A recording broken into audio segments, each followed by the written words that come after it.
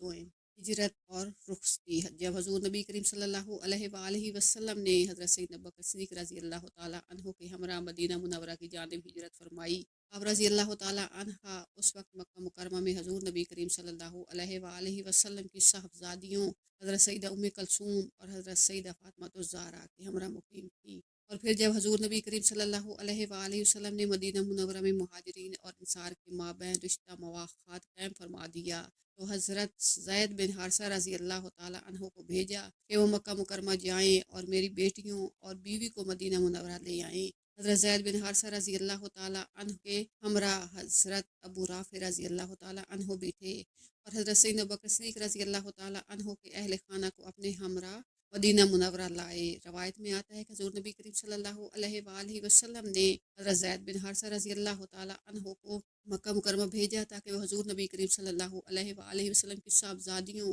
اور بیوی کو لے کر مدینہ منورہ آئیں، اور ان کے ہمراہ حضرت عبداللہ بن ابو بکر رضی اللہ تعالیٰ عنہ کو بھیجا تاکہ وہ حضرت سیدنا ابو بکر صدیق رضی اللہ تعالیٰ عنہ کی زوجہ اور بیٹیوں کو لے کر مدینہ منورہ آئیں، اور انہیں 500 درہم اور 2 اعلیٰ نسل کے اونٹ بھی دیے۔ پھر جب یہ دونوں حضرات مکہ مکرمہ پہنچے، حضرت زید بن حارثہ رضی اللہ تعالیٰ عنہ حضرت عبداللہ بن ابو بکر رضی اللہ تعالیٰ عنہ علیحدہ ہو گئے۔ حضرت زید بن حارثہ رضی اللہ تعالیٰ عنہ اور حضرت عبداللہ بن ابو بکر رضی اللہ تعالیٰ عنہ علیحدہ ہو گئے،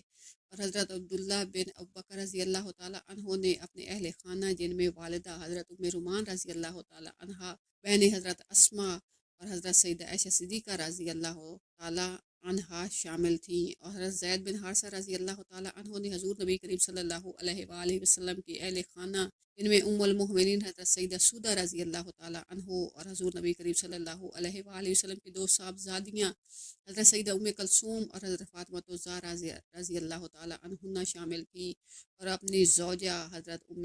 ایمن رضی اللہ تعالیٰ عنہ اور اپنے بیٹے حضرت اسامہ رضی اللہ تعالیٰ عنہ کو ساتھ لیا اور مدینہ منورہ روانہ ہوئے۔ ام المؤمنین حضرت سیدہ عائشہ صدیقہ رضی اللہ تعالیٰ عنہا کا مدینہ منورہ میں قیام اور اپنی والدہ اور بہن کے ہمراہ بنو حارث کے محلے میں ہوا، جہاں حضرت سیدنا ابو بکر صدیق رضی اللہ تعالیٰ عنہ مقیم تھے۔ مدینہ منورہ آمد کے بعد حضور نبی کریم صلی اللہ علیہ وآلہ وسلم کے بیشتر صحابہ کرام رضی اللہ تعالیٰ عنہم کی صحت بگڑ گئی اور وہ شدید بیمار ہو گئے۔ حضرت سیدنا ابو بکر صدیق رضی اللہ تعالیٰ عنہ بھی بیمار ہونے والے صحابہ کرام رضی اللہ تعالیٰ عنہم میں شامل تھے۔ ام المؤمنین حضرت سیدہ عائشہ صدیقہ رضی اللہ تعالیٰ عنہ نے اپنے والد کی دن رات خدمت کی، جس کے باعث حضرت سیدنا ابو بکر صدیق رضی اللہ تعالیٰ عنہ کی طبیعت سنبھل گئی۔ دن رات کی اس خدمت کے بعد آپ رضی اللہ تعالیٰ عنہ بیمار ہو گئیں، اور یہاں تک کہ آپ رضی اللہ تعالیٰ عنہ کے سر کے بال بھی جھڑ گئے۔ آپ رضی اللہ تعالیٰ عنہ کی صحت قدرے بہتر ہوئی تو حضرت سیدنا ابو بکر صدیق رضی اللہ تعالیٰ عنہ نے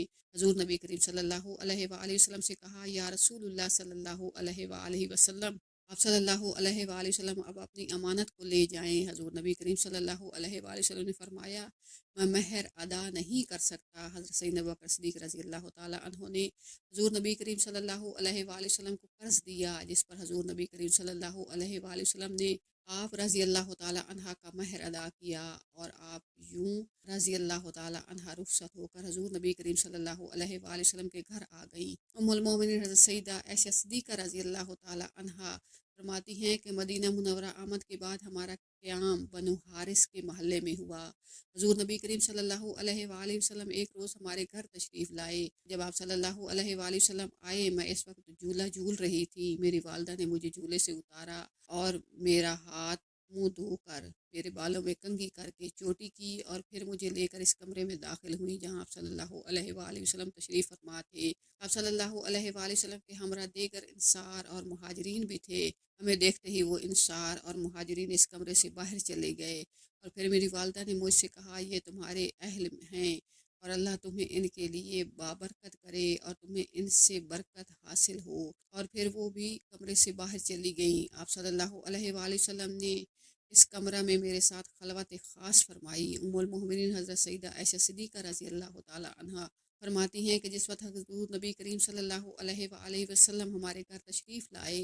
آپ صلی اللہ علیہ وآلہ وسلم کی ضیافت کے لیے دودھ پیش کیا گیا۔ آپ صلی اللہ علیہ وآلہ وسلم نے وہ دودھ قدرے پینے کے بعد مجھے پینے کے لیے دیا تو میں شرما گئی۔ حضرت اسماء رضی اللہ تعالیٰ عنہ بنت یزید نے کہا کہ تم حضور نبی کریم صلی اللہ علیہ وآلہ وسلم کا دیا ہوا نہ لوٹاؤ، چنانچہ میں نے شرماتے ہی وہ دودھ پی لیا۔ ام المومنین حضرت سیدہ عائشہ صدیقہ رضی اللہ تعالی عنہا کی رخصتی ماہ شوال میں ہوئی۔ حضور نبی کریم صلی اللہ علیہ وآلہ وسلم نے رخصتی کے بعد آپ رضی اللہ تعالی عنہا کو مسجد نبوی صلی اللہ علیہ وآلہ وسلم سے ملحق کا حجرہ عطا فرمایا، جہاں اب حضور نبی کریم صلی اللہ علیہ وآلہ وسلم کا روزہ مبارک واقع ہے۔ اس وقت مسجد نبوی صلی اللہ علیہ وآلہ وسلم سے ملحق کا صرف 2 حجرے موجود تھے۔ ان میں سے ایک حجرہ آپ رضی اللہ تعالی عنہا کا تھا اور دوسرا حجرہ حضرت ام المؤمنین حضرت سیدہ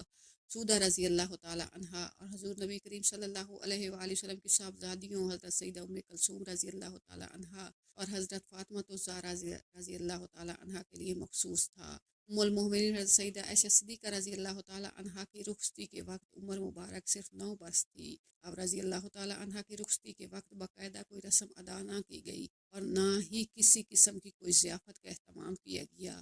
اب رضی اللہ تعالی عنہا کا نکاح اور رخصتی دونوں ماہ شوال میں ہوئی۔ اب رضی اللہ تعالی عنہا کی رخصتی کے بارے میں صحیح روایات میں ہے کہ اب رضی اللہ تعالی عنہا کی رخصتی ہجرت کے پہلے سال ماہ شوال میں ہوئی۔